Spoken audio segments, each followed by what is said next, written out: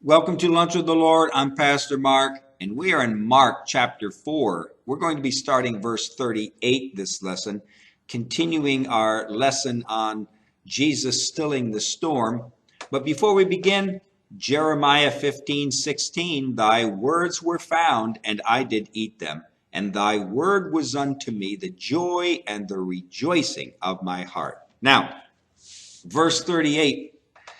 It says here, and he was in the hinder part of the ship, asleep on a pillow. And they awoke him and say unto him, Master, carest not thou that we perish? Now, the storm is raging. The storm is coming against the boat, and the storm is getting in the boat. And finally, they come to Jesus, and Jesus was asleep. And they come to him and they ask him. So Jesus' presence should be enough to calm any storm within our heart. We can go through any storm as long as we know he is there. As long as we know that Christ, we have the security and the confidence that Christ is in our heart, then we can go through any trial or any tribulation that comes against us. Matthew 28:20, Jesus said that he is always with us.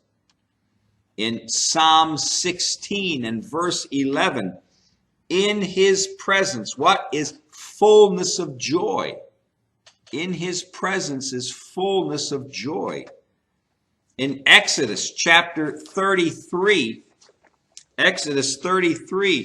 starting at verse 12, it says, And Moses said unto the Lord, See, thou sayest unto me, Bring up this people, and you have not let me know who you will send with me. Yet thou hast said, I know thee by name, and thou hast also found grace in my sight. Now therefore I pray thee, if I have found grace in thy sight, show me now your way, that I may know thee, and that I may find grace in your sight, and consider that this nation is thy people. And he said, My presence shall go with thee, and I will give you rest. And he said unto him, If your presence does not go with me, then take us not up, right? For wherein shall it be known here that I and thy people have found grace in thy sight? Is it not that you go with us? So shall we be separated, and I and thy people from all the people that are upon the face of the earth. Right? I like that. It says, verse 16, and for wherein shall it be known that I and your people have found grace in thy sight? Is it not that you go with us, right?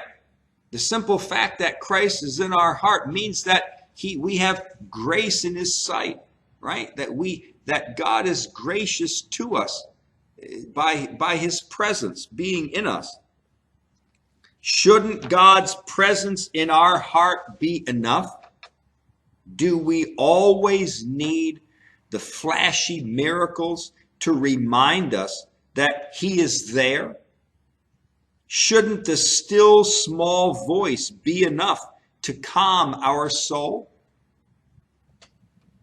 In our relationship with God, learning God's presence in our life at all times will bring tremendous strength to our faith. Learn the presence of God. Psalm 139, starting at verse 7, says, Where shall I go from your spirit? And where shall I flee from your presence? If I ascend up into heaven, you are there. And if I make my bed in hell, you are there also. If I take the wings of the morning and dwell in the uttermost parts of the sea, even there shall your hand lead me, and thy right hand shall hold me. If I say, Surely the darkness shall cover me, Even the night shall be light about me. Yea, the darkness hides not from thee, but the night shines as the day. The darkness and the light are both alike to thee. Right? Isn't God's presence enough for us to know that if he's with us, we still have grace, we still have God's mercy because of his presence in our heart? And then it says the last part of verse 38, carest not that we perish. Don't you care, Lord, that we are perishing? Right? Martha said, Lord, do you not care that basically I'm doing all the work? Right? Can you tell Mary to come and help me? Sometimes we can get so distressed and occupied with our circumstances and our work for God that we think that God doesn't care. It was only when the ship began to sink, when the work got hard, that they called on the Lord for help.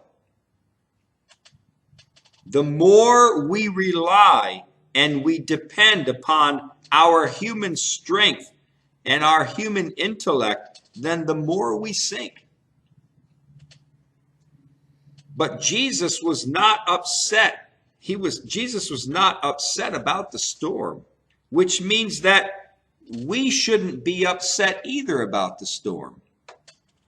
If God isn't worried about something, then we shouldn't be worried about it either.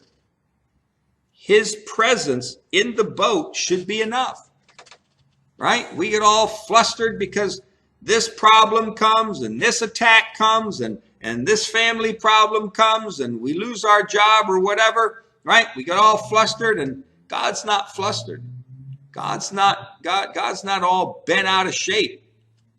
But to know that his presence is in our hearts, we should also not be worried about it. Maybe God has allowed this storm to bring us to the end of ourselves and to get back where we can focus our hearts on him.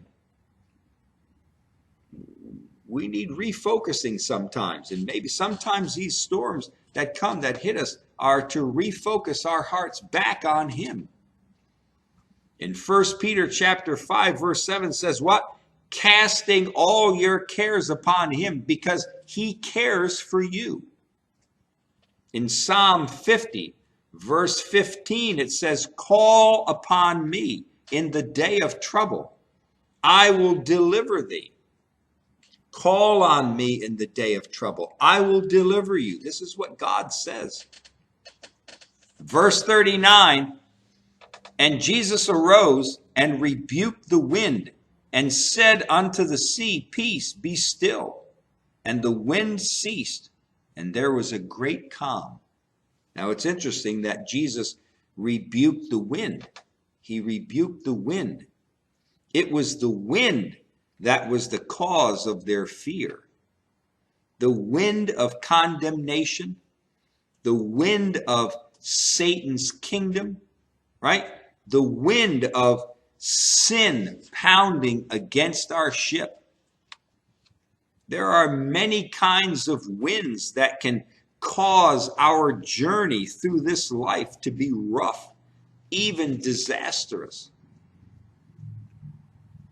Once the wind is rebuked, then he speaks peace and stillness to our hearts. In John chapter 14, verse 27, right? John 14, 27, peace I leave with you, my peace I give unto you, not as the world gives do I give unto you. Let not your heart be troubled, neither let it be afraid. Our hearts are not to be troubled. Why? Because it is Jesus's peace, not the world's peace. It's God's peace, not the world's peace. In Ephesians chapter 2, verse 14, for He is our peace. He is our peace. As long as he is in the ship, we have peace. As long as Christ is in the boat, as long as he's in our ship, we have peace because he is peace. Verse 40, and he said unto them, why are you so fearful? How is it that you have no faith? Right? Why are you so fearful? Why have you let the trials and the pressures and the attacks of this world cause you to fear and to put off calling upon me first? Your eyes were on the wind and the waves, and not upon me. When hard times come, our first response is that we trust in ourselves. Isn't that true? When hard times come, the first response, first reaction is for us to trust in ourselves and our own intellect. Jeremiah 17 verses 5 and 6. Thus saith the Lord, cursed be the man that trusts in man and makes flesh his arm, and whose heart departs from the Lord. For he shall be like the heath in the desert, and shall not see when good comes, but shall inhabit the parched places in the wilderness, in a salt land and not inhabited. Right? Our first response in any trial is to try to fix it ourselves. But our first response should be to take it directly to the Lord first. This is our natural reaction, is we try to fix it and deal with it ourselves. And then only when we can't fix it, only when we come to the end of ourselves and there's no hope, then we go to God, right? We shouldn't be people who walk around in fear as the world does. And then Jesus said, how is it that you have no faith? How is it possible that you don't have any faith? Don't you remember the leper that I cleansed? Don't you remember the paralytic man that I healed? Right? Don't you remember Simon Peter's mother-in-law that I healed? Don't you remember the demon spirits that I've cast out? Have we forgotten? Listen, have we forgotten the good things of God? Right? Psalm 103. Bless the Lord, O my soul, and all that is within me. Bless his holy name. Bless the Lord, O my soul, and forget not what? Forget not all his benefits. Forget not all his, what are there? There's 5 of them. Who forgives thine iniquities, who heals thy diseases, who redeems thy life from destruction, who crowns thee with loving kindness and tender mercies, and who satisfies thy mouth with good things, so that thy youth is renewed like the eagles. Listen, have we forgotten the good things of God? Have we forgotten the benefits of God? Right? It says, forget not all his benefits. Have we forgotten the great sacrifice that he made for our salvation with all of its sufferings that went with it? Have we forgotten that our sins have been paid for, and that the price that was paid for our redemption, have we forgotten that?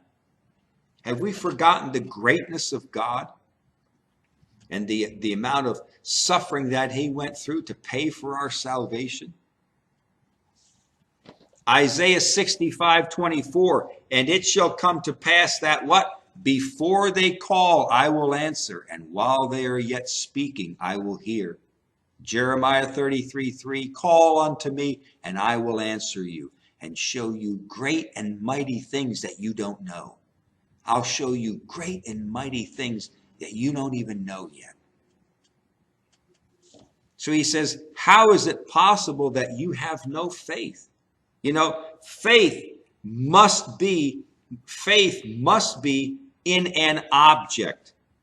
But when faith is the object of our faith, or when self is the object of our faith, or when someone else is the object of our faith, or some philosophy or some new new age thing, or some new idea out there is the object of our faith, then the home that we build will be built on sinking sand. The home that we're building in our hearts is being built on sinking sand when the object of our faith is on something other than Christ. The object of our faith should be on Jesus Christ, on God, and on his word only. The object of our faith, the object of their faith, the disciples' faith, before they called upon Jesus, was in their own strength and in their own intellect. How are we going to do this? Let's bail the water, right? Their faith was in them and to get them out of this predicament, right? But Jesus questioned why they didn't have faith in him. In him. He was still in the boat. The fearful predicament that they were in caused them to exercise faith in the wrong thing. And that's, believe me, we're no different than they are. We're no different than they were. You know, we would have probably done the same thing. Verse 41 says, and they feared exceedingly, and they said one to another, what manner of man is this, that even the wind and the sea obey him? Right? And believe me, if we were in the disciples' shoes, we would have said the same thing and felt the same way. It seems that with every new miracle, that they learn something more about the person of Jesus Christ. Just when they think they have Jesus figured out, right? Jesus does something new, right? We never seen him rebuke the wind and calm the waves on the sea. Just when they think they have Jesus all figured out, just when we think we know all about God, or at least we think we're getting close to all about God, God does something far beyond our thinking, right? The greatness of the power of the God that we serve should cause a great reverential fear in our hearts. Proverbs chapter 1 verse 7 says, it is the fear of the Lord that is the beginning of knowledge, not our love for God or our faith in God. Our love for God and our faith for God is not the beginning of knowledge. It's the fear of God, but it's a healthy fear. In the deep recesses of our heart, there should always be a holy fear of God, because without that fear of God, familiarity creeps in, which will lead to a measure of pride in our own walk with God. Familiarity will always cause us to, at times, want to walk ahead of God instead of walking behind God. I can take care of that now, God. I think I know what you're going to do, you know. Isn't that right? Some people get some preachers and some Christians that are leaders, Christian leaders can get a little bit too arrogant, a little bit too proud in their hearts, and they think they got God figured out, and they begin to start walking ahead of God, and I'm telling you, there needs to be a humbleness, a humility in our heart before God. We need to wake up every day. God, I don't know you. God, teach me more about you today. we know nothing, right? We need to take the stance that God said about Jacob. Jacob, you worm, right? We need to get out of bed in the morning, say that God, this worm is up. Can you use me today, right? This worm has awoke. God, can you use me today? I know nothing. I know nothing, right? And God, familiarity is like a canker, like a cancer. It'll eat at you, and it'll start eating away at your life with God. We need to be humble and have a healthy fear of God in our hearts. Proverbs chapter 3, verses 5 through 7, right? Trust in the Lord with all thine heart, and lean not unto thine own understanding. In all thy ways acknowledge him, and he shall direct thy paths. Be not wise in thine own eyes. Fear the Lord, and depart from evil. It shall be health to thy navel, and marrow to thy bones. Right? Fear the Lord, and trust in the Lord with all your heart. And lean not unto your own understanding. Trust him. Put our faith in him. As we journey in this life with God on the sea, right? We will always be learning more about God. And he will reveal his power and his greatness in new ways that cause astonishment and fear in our hearts, but should always result in praise toward God. In this journey across the sea of this life, we're going to get to the other side. He's in the boat. We're going to get to the other side to the other shore, to heaven's shore. We will get there. He will make sure of that. But on this journey from here to the other shore, there's going to be some rough goings. But we always need to remember he's in the boat. He's in the ship.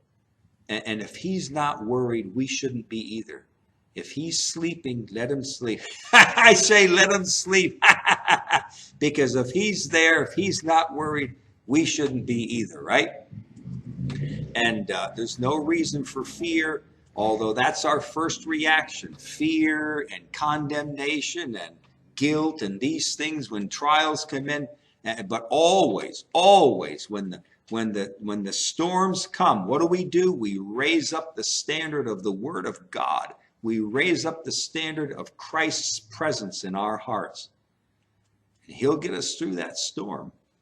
All right, until next lesson, walk with the Lord. I know he walks with you.